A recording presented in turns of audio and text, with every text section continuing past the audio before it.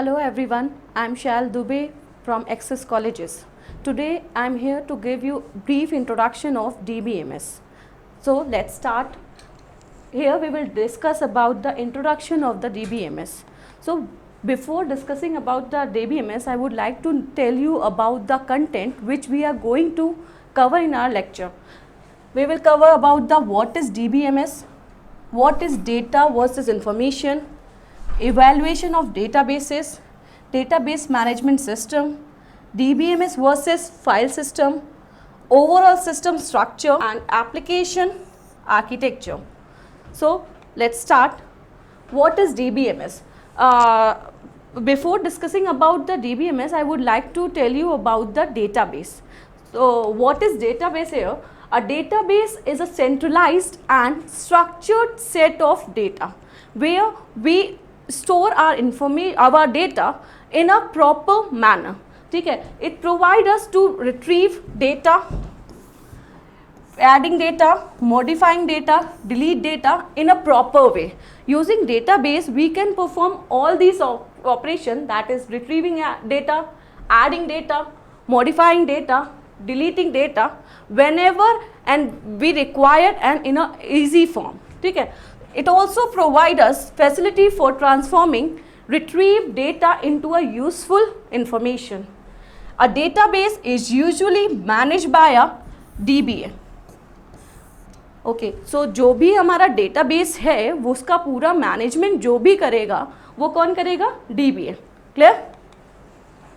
So before moving forward, I would like to tell you about the difference of data and information. Most of the time we think whatever data is present is our information, but it is wrong. जो data है हमारा और information है दोनों ही अलग अलग term है. अगर हम डेटा की बात करें तो डेटा और इन्फॉर्मेशन जो है वो एज अ सिनोनिम्स यूज होते हैं, बट वो सिनोनिम्स नहीं होते. ठीक है, डेटा इज अ रॉ और अनप्रोसेस्ड मटेरियल. जो डेटा होता है वो हमारा क्या होता है? रॉ एंड अनप्रोसेस्ड मटेरियल होता है. ओके, तो यहाँ पे हम ये भी कह सकते हैं कि इस पर कोई भी वर्किंग जो है वो परफॉर्म नहीं हो रखी होती है. एंड इंफॉर्मेशन जो है, information is a knowledgeable, intelligence and a particular piece of data without special meaning और फंक्शन. ठीक है, जो इंफॉर्मेशन होता है वो हमारा क्या होता है? प्रोसेस डेटा होता है. तो वी कैन से दैट जो डेटा होता है वो क्या है? हमारा रॉ फैक्ट है. Okay, whatever raw facts are present, those all things are known as data. And when we perform processing on raw and fact, at that time we retrieve data, information. Okay, we retrieve information. So here are several examples are given which are differentiating between data and information. So we think that कि we have taken an example test score. तो just test score की बात ले रहे हैं हम यहाँ पे, उसको एज ए एग्जाम्पल ट्रीट कर रहे हैं. तो जो भी नंबर्स जो हैं, जो नंबर्स पुट हुए हैं वो सारे क्या हो रहे हैं? हमारे ट्रीट हो रहे हैं एज अ डेटा. ठीक है, फॉर एग्जाम्पल हमने जो एंट्री की है 28, 30, 40, ये कोई एंट्रीज की है हमने किसी भी सब्जेक्ट के नंबर्स की. तो ये सारे जो प्रेजेंट हैं ये क्या है? हमारे ये डेटा है. Right, when we performing in processing on these data, at that time we are fetching information. Clear? तो यहाँ पे जो है आपका दिया हुआ है सेवरल डेटाज दिए हुए. सपोज करो ये हमारा एक नंबर है जो उसमें हम लोगों ने क्या है?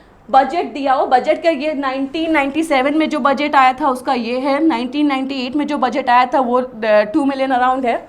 देन आफ्टर ये डेटाबेस में स्टोर होगा, and after storing in database we will find what will be the next year budget. ठीक है, तो जो नेक्स्ट ईयर बजट हम फाइंड आउट करेंगे वो क्या होगा? इन्फॉर्मेशन होगा. So we can say that database में जो भी चीज़ें हम स्टोर कर रहे हैं वो क्या है? रॉ फैक्ट्स हैं. और उससे जब हम फेच कर रहे हैं तो वो क्या मिल रहा है? हमें इंफॉर्मेशन मिल रहा है. Let us take an another example. Suppose that कि 312 स्टूडेंट्स आर ग्रेजुएटिंग. ठीक है, 312 students are graduating from an university. ये हमारे पास में डेटा स्टोर है कि दिस ईयर इन 2021 हमारी यूनिवर्सिटी से सपोज करो 312 स्टूडेंट्स जो हैं वो क्या हो रहे हैं, पास आउट हो रहे हैं, ठीक है, ग्रेजुएट हो रहे हैं। ये नंबर हमने एंट्री किया है। इससे हमें क्या इन्फॉर्मेशन मिलेगी कि where are they are going, ठीक है। अब हमें क्या है, इन्फॉर्मेशन फाइंड आउट करनी है कि वो लोग जो है कहाँ जा रहे हैं। तो उसके लिए तो पहले हमें नंबर चाहिए होगा ना।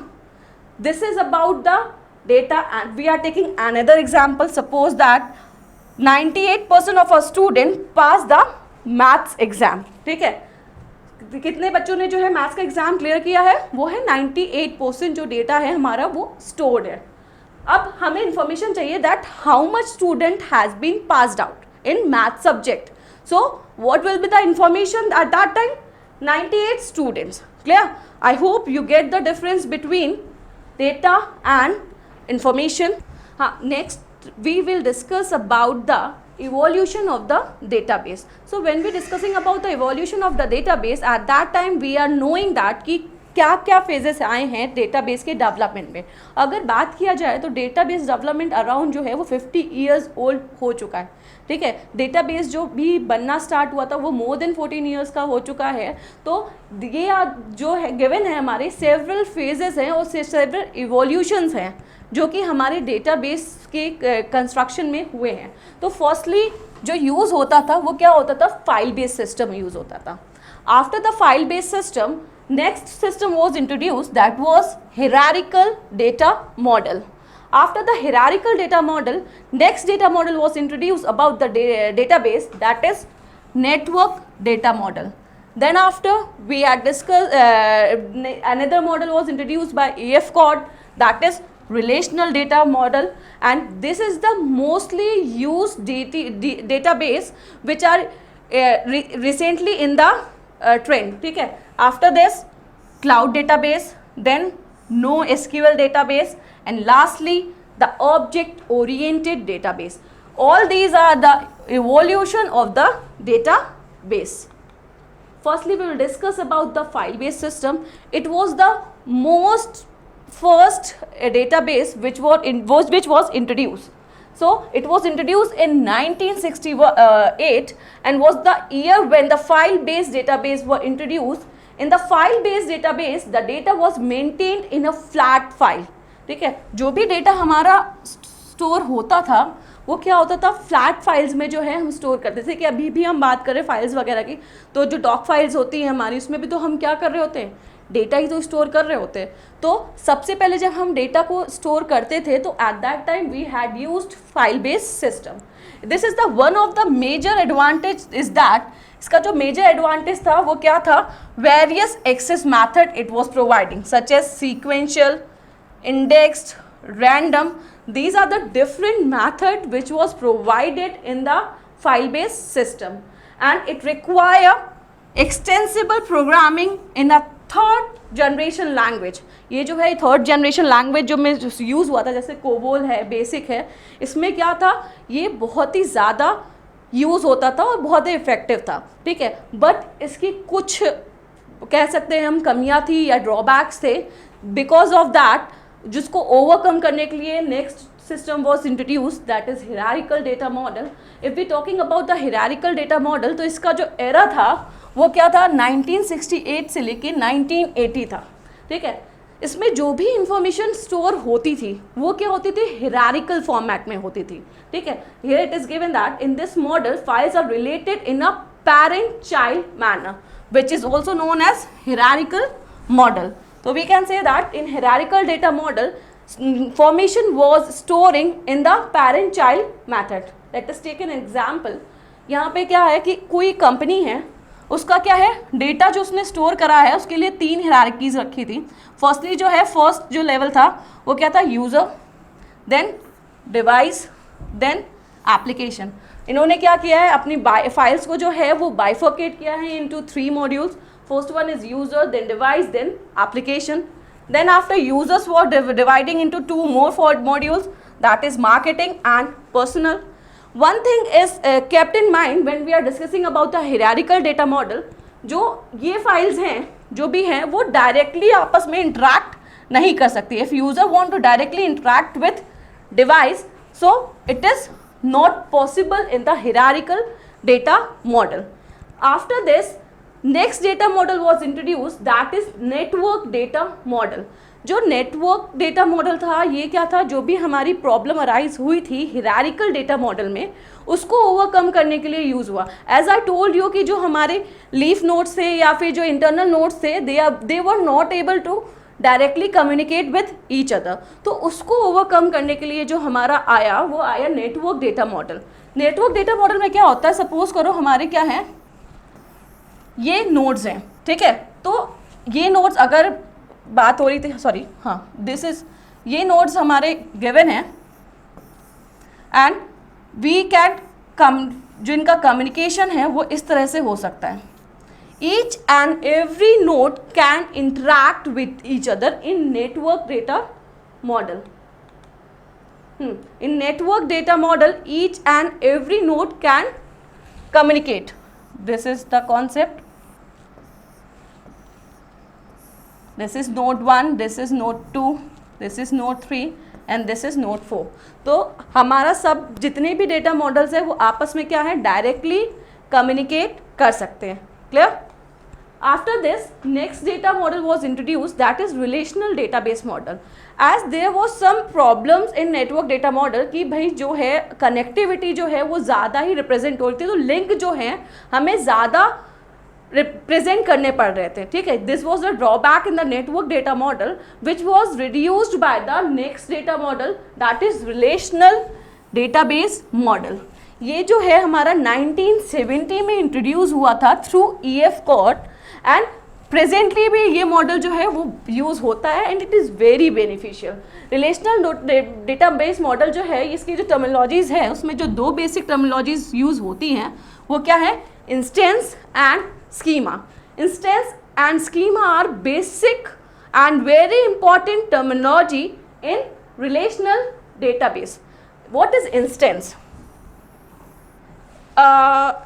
what is the meaning of instant? Can anybody I think you all understand about this कि instance जो होता है वो एक particular time period पे होता है, ठीक है. तो हम जब भी कोई database देख रहे होते हैं एक particular time period में, तो वो क्या होगा, उसका instance होगा.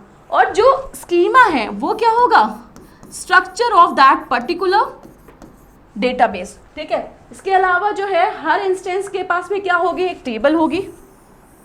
और table जो बनती है वो दो वर्ड से बनती है, दो वो से बनती है, वो क्या क्या है, रोज एंड कॉलम. जो भी टेबल कंस्ट्रक्ट होगी वो किससे कंस्ट्रक्ट होगी, using row and column. Rows का जो दूसरा नाम है वो यूज होता है as a record and columns जो हैं they are known as attribute, ठीक है. Columns are known as attribute. Schema जो है वो स्पेसिफाई करता है कि क्या स्ट्रक्चर है हमारे गिवन टेबल का, ठीक है. मतलब कि क्या है, अगर हम बात करें एक टेबल लेते हैं, सपोज करो स्टूडेंट टेबल ले, ठीक है. तो अगर हम इसके स्कीमा की बात करेंगे तो ये बताएगा कि हमारे इसमें कितने कॉलम्स प्रेजेंट हैं.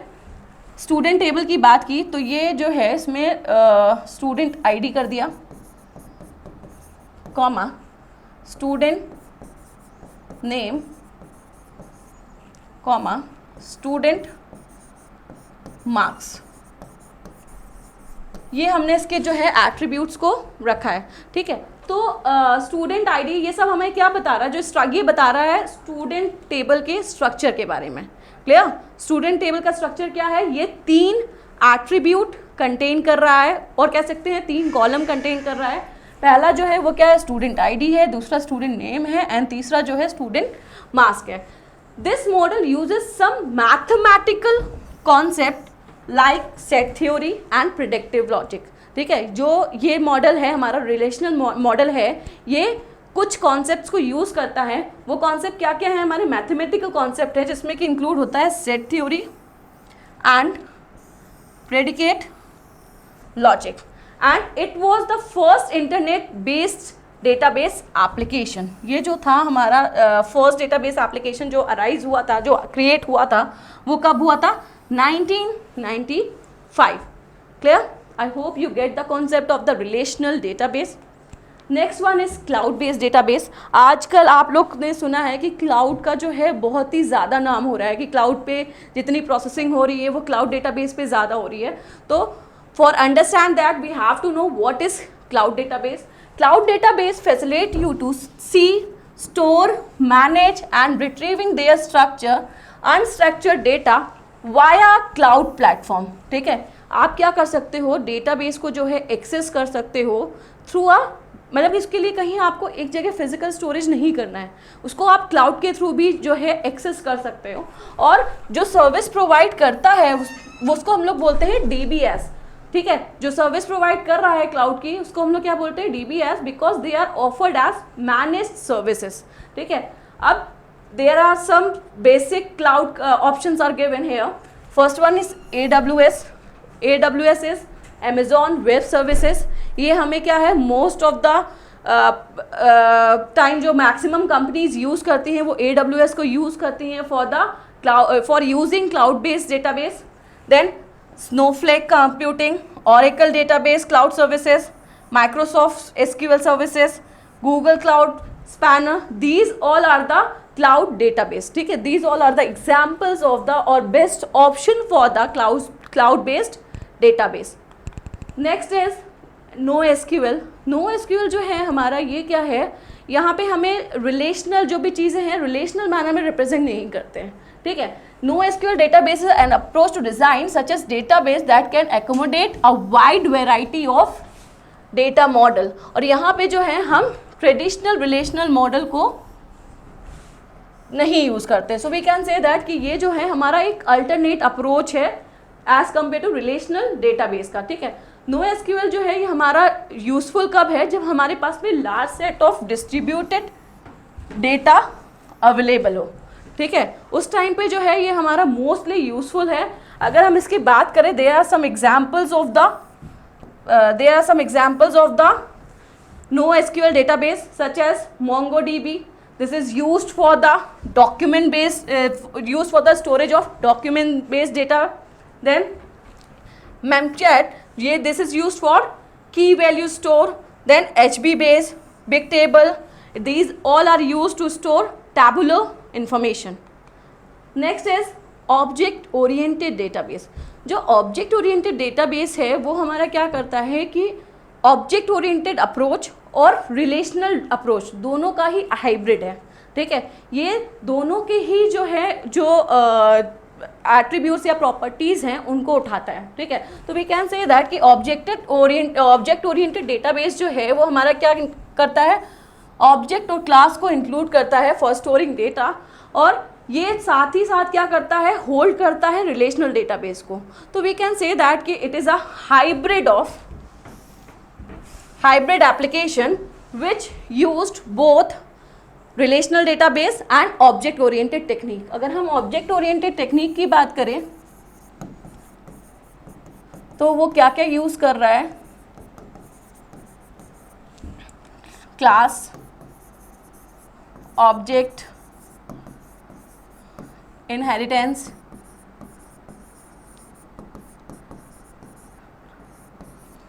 then abstraction, encapsulation,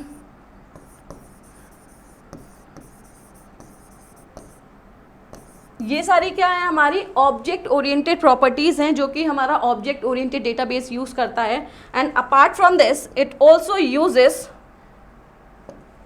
uses properties of relational database. तो वो प्रॉपर्टीज़ क्या है हमारी,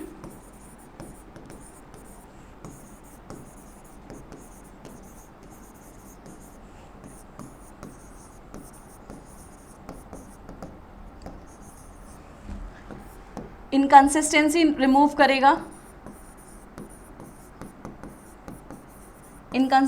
रिमूव करेगा, ठीक है, टेबल इंक्लूड करेगा, रो एंड कॉलम्स इंक्लूड करेगा, जितनी भी तुम्हारा रिलेशनल डेटाबेस में जो भी प्रॉपर्टीज़ थी उनको भी क्या करेगा, इनहेरिट करेगा, और object oriented technique and relational properties को क्या कर देगा, मर्ज कर देगा। ठीक है, तो we can say that it is hybrid of relational and object oriented technique. Next one is we will here we had discussed all about the evolution of the database. Now we move towards the database management system. ठीक है, तो database management system और database की बात करें तो दोनों ही हमारा क्या है, अलग अलग चीज़ें हैं.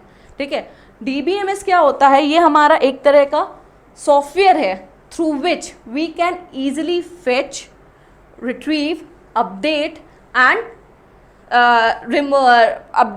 Remove the data. ये क्या है हमारा, वी से दैट कि it is a software which is used for the storage, retrieving of the database, and here some examples are given. Oracle, MySQL, these all are the examples of the DBMS. DBMS क्या करता है, हमें provide करता है एक platform through which we can easily create, delete, modify our database. It provide an interface through which creation of database, deletion of database and modification of database become easy.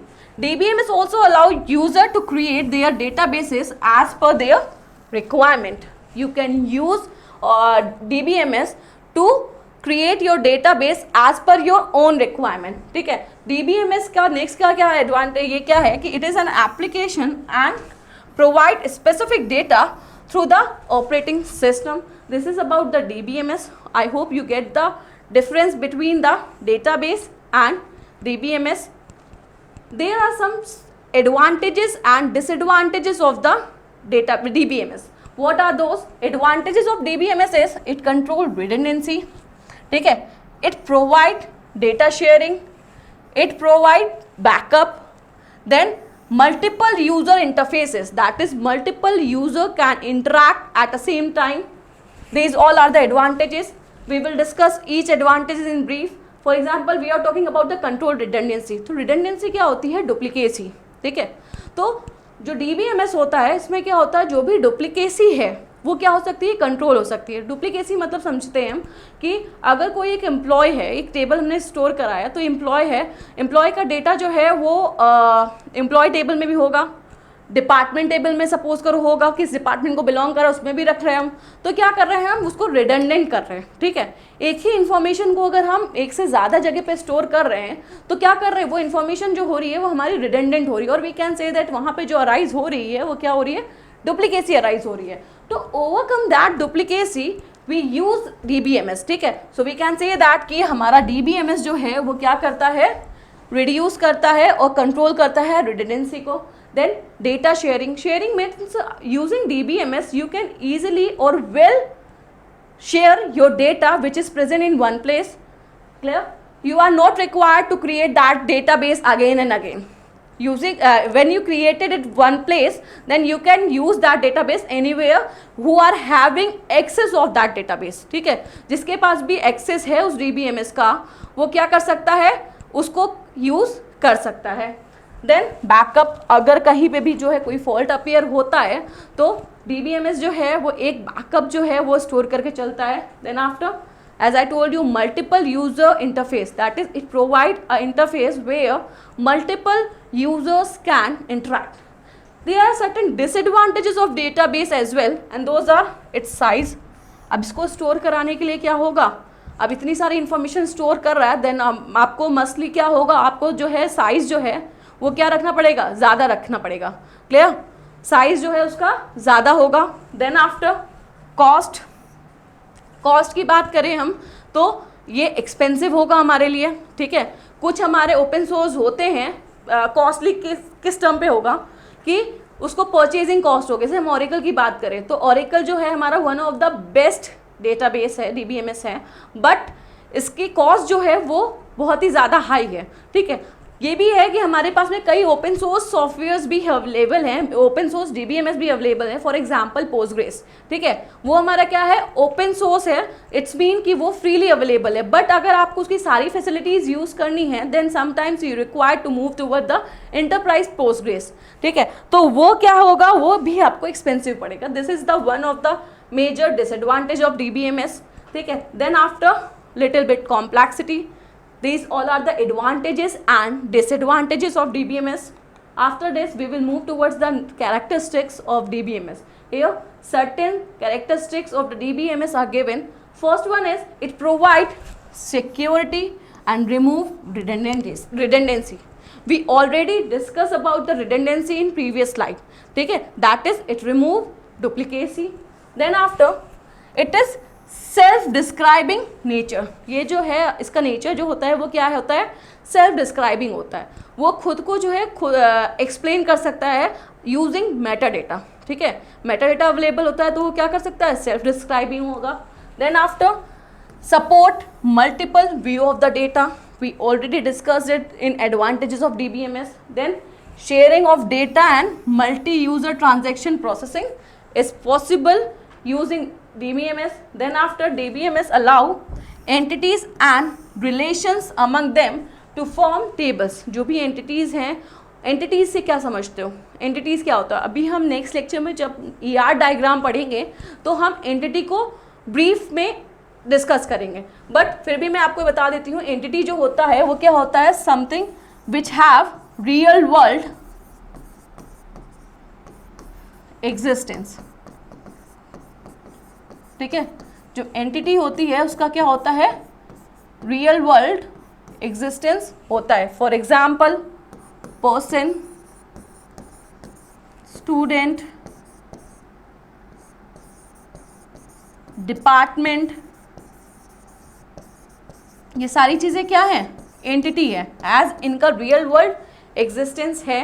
फिर इसके साथ साथ नेक्स्ट जो हमारी property है DBMS की, वो क्या करता है, एसिड प्रॉपर्टी को होल्ड करता है. ठीक है, क्या करता है, एसिड प्रॉपर्टी को जो है वो होल्ड करता है. तो एसिड प्रॉपर्टी क्या होती है, ए stands for acid, sorry A stands for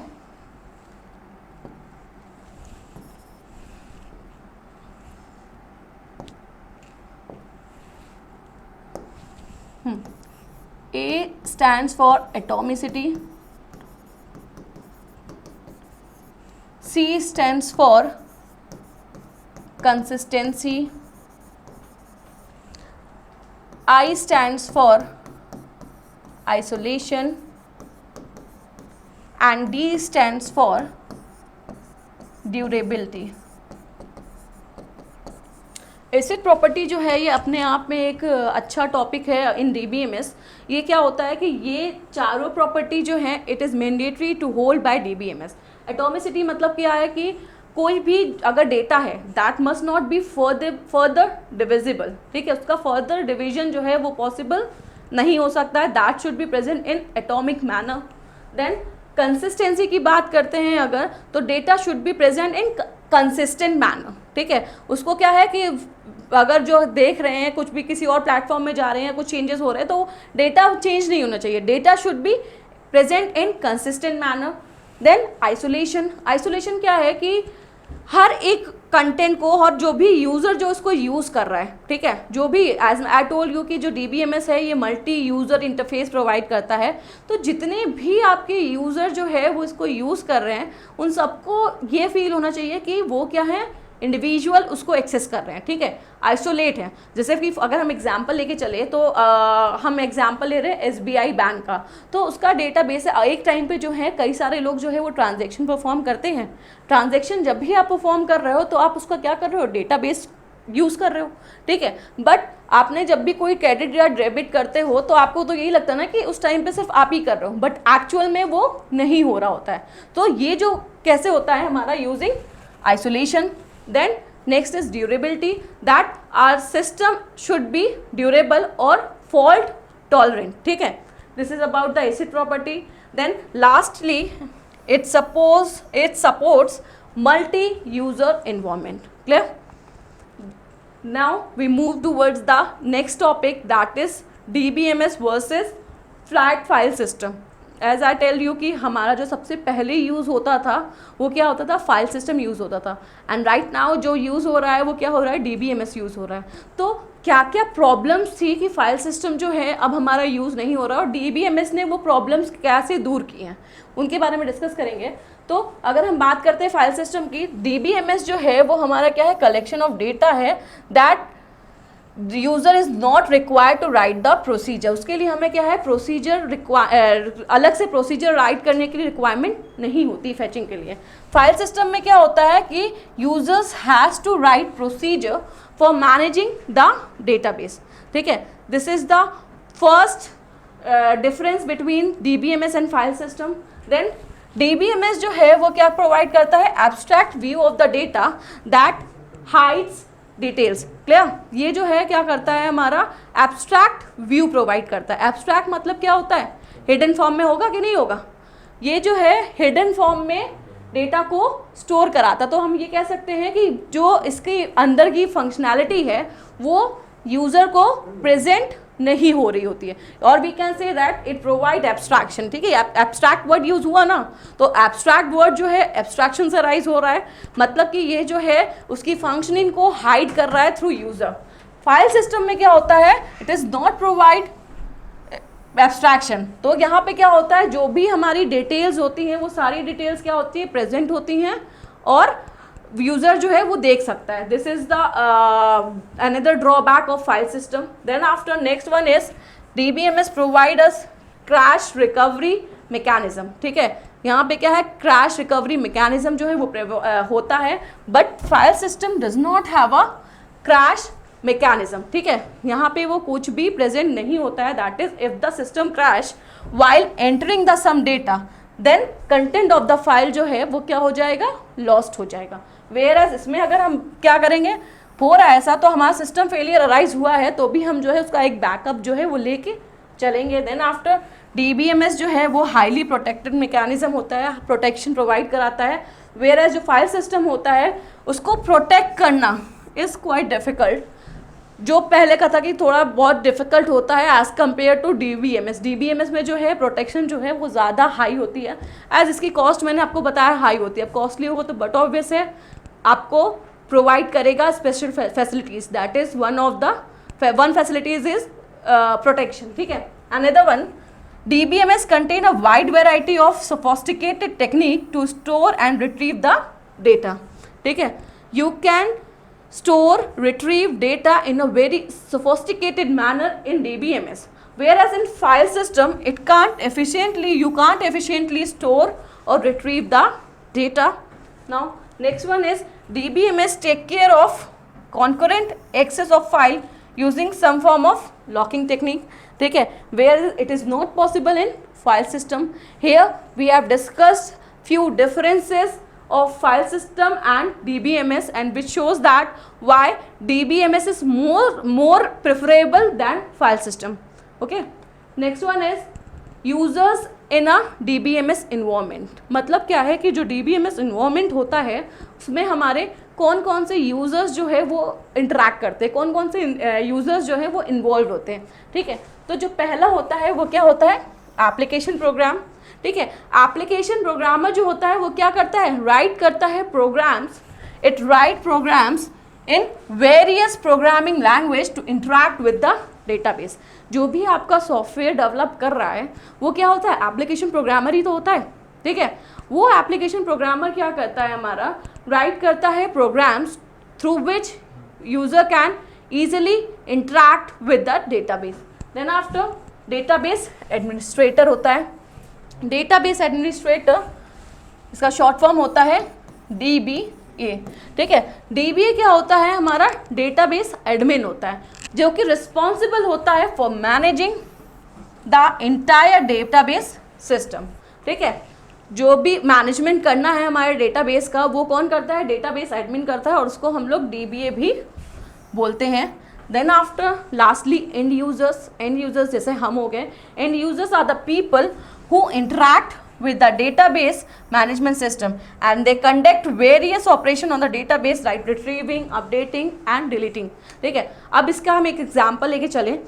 एक कोई फॉर्म आपका है सपोज करो, ठीक है, आप किसी का भी फॉर्म फिल कर रहे हो या फिर कहो एडमिशन के लिए जो है कॉलेज का फॉर्म फिल कर रहे हो या ऑनलाइन आप जो है किसी बैंक एग्ज़ाम का फॉर्म फिल करते हो। तो जब वह फॉर्म जो है आपका जो फिल कर रहे हैं वो कौन है, वो हम आप हैं, यूज़र हैं, ठीक है। देन आफ्टर उसकी जिसने प्रोग्रामिंग की थी जिसने प्रोग्रामिंग की थी, जिसने उसको बनाया था, वो कौन था? एप्लीकेशन प्रोग्रामर था। और उसके बैकएंड का जो वर्किंग देख रहा है, ठीक है, उसका बैकएंड का जो वर्किंग देख रहा है वो कौन था? DBA था, जो कि उस डेटाबेस को मैनेज कर रहा है। Clear? I hope you got the different users of the DBMS, ठीक है।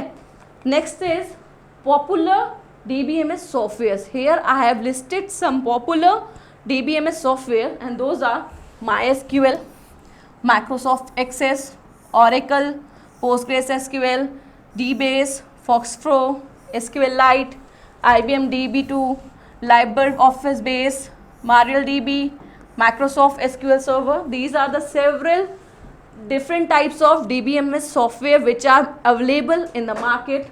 ठीक है, always remember there is difference between MySQL and SQL. ठीक है, ये चीज़ याद रखिएगा हमेशा, MySQL और SQL में डिफरेंस होता है। MySQL is a type of DBMS and SQL, जो SQL है, it is a language which is used by the DBMS. Clear? Nextly we will discuss about the some application of the DBMS. ठीक है, तो here are several application of the DBMS are given. First one is banking DBMS. मैंने आपको जैसे SBI का example लेके start किया था, वो क्या है, तो हम बैंकिंग में जो है DBMS लेके चल रहे हैं या नहीं लेके चल रहे हैं? चल रहे हैं ना? हाँ, इसमें क्या हो रहा है? For customer information, account activities, payments, deposits, loans, ये सारा क्या हो रहा है? स्टोर हो रहा है किसमें? DBMS में हो रहा है. Next one is airlines. Next example is airlines. Airlines में जो है हमारा DBMS यूज़ होता है जब भी आप जो है फ्लाइट्स में बुकिंग करा रहे हो या कौन सी फ्लाइट कब चलेगी, सबका एक डेटा मेंटेन होता है कि नहीं होता है? वो सब क्या है वहाँ पे किसके इसको यूज़ करते हैं? DBMS को यूज़ करते हैं. यूनिवर्सिटीज़ में DBMS यूज़ होता है, टेलीकम्युनिकेशन में DBMS यूज़ होता है, फिनेंस में यूज़ होता है, सेल्स में यूज़ होता है, मैन्युफैक्चरिंग में यूज़ होता है, HR मैनेजमेंट में यूज़ होता है. इन सारी जगह पे जो है DBMS हमारा यूज़ होता है. ठीक है, clear with this?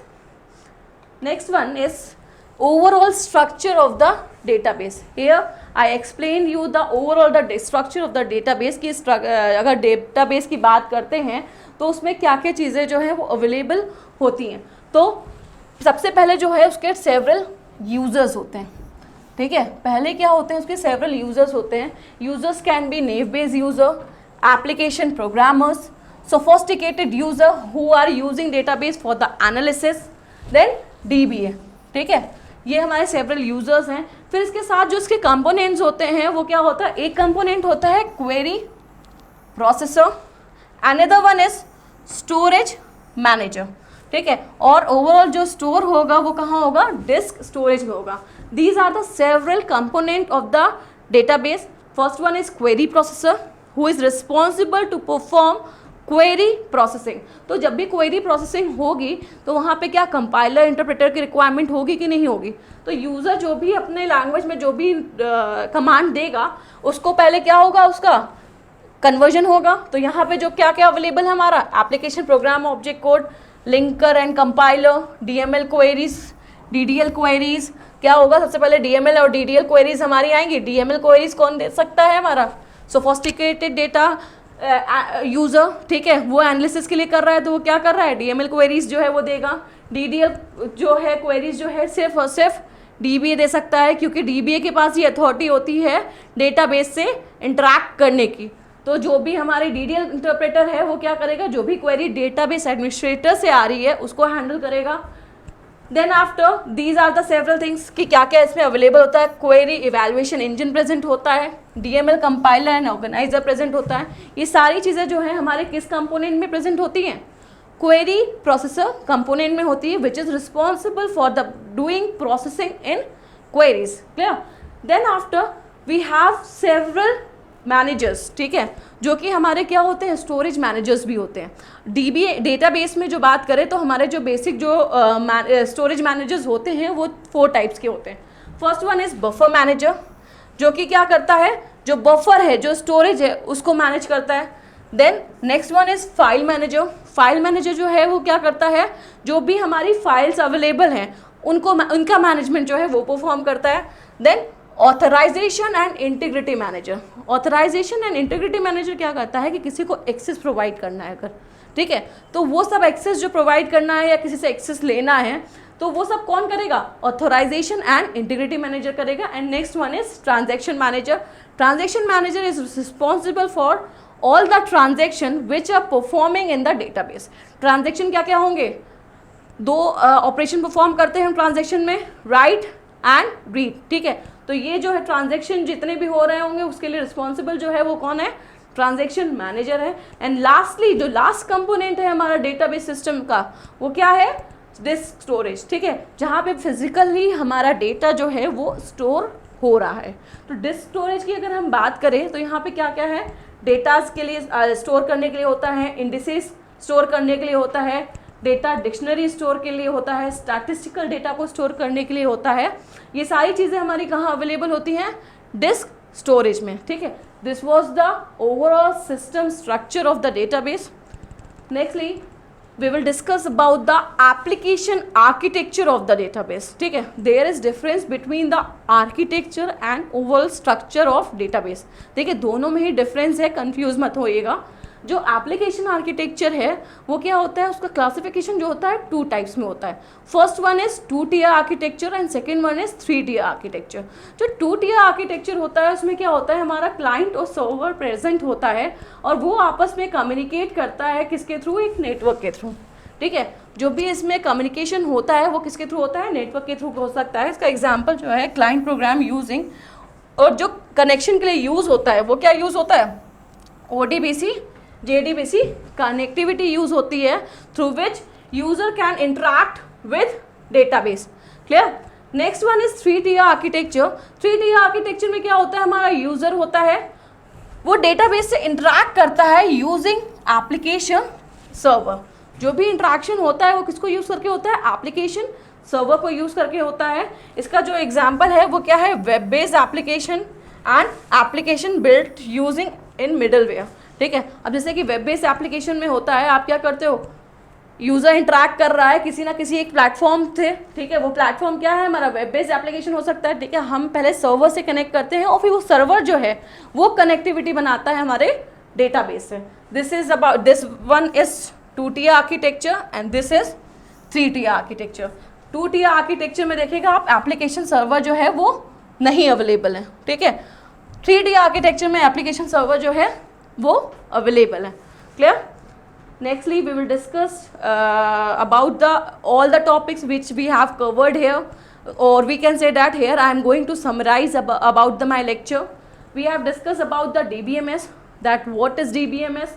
Then after we have discussed about the facilities which are provided by the DBMS, that is security, remove redundancy, and advantages of the DBMS over the flat file system, and advantages of the DBMS over the flat file system. Nextly, we had discussed about the characteristics of the DBMS. Then we have learned about the several users of the DBMS. 3 तरह के users पढ़े थे हमने, end user, application programmer and database administrator, that is DBA. Then after we had discussed about the several applications of the DBMS such as banking, airlines, telecommunication, finance, etc. And also we had discussed about the types of DBMS, or we can say that evolution of the DBMS. Then DBMS के efficiency वगैरह ये सारी चीज़ें जो हैं हमने आज के लेक्चर में डिस्कस की थी. And here I am ending my lecture using this quote that you can have data without information, but you cannot have information without data. ठीक है, आपके पास में जो है डेटा विदाउट इन्फॉर्मेशन तो हो सकती है, लेकिन बिना डेटा के इन्फॉर्मेशन लेना it is not possible. In next lecture we will discuss about the language of DBMS, that is SQL.